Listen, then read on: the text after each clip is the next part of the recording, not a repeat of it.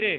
முன்னாடி 2 பால்ல 15 பால், பவுல்ல 15 பால் என்ன செய்யுது இருக்கு. உனக்கு நேரா பின்னாடி ஒரு 2 பாக்ஸ் என்ன செய்யுது, 2 பாக்ஸ் இருக்கு. அந்த பாக்ஸுக்குள்ள கரெக்டா அந்த பாலை நீ என்ன செய்யணும், த்ரோ பண்ணணும். ஸ்டார்ட் பண்ணலாமா? ரெடியா? பாக்கி உள்ளவங்க கை தட்டி அவங்களை உற்சாகப்படுத்தணும்ல. கிளாப் பண்ணுங்க நல்லா. Okay, ready? 1 2 3 ஸ்டார்ட்.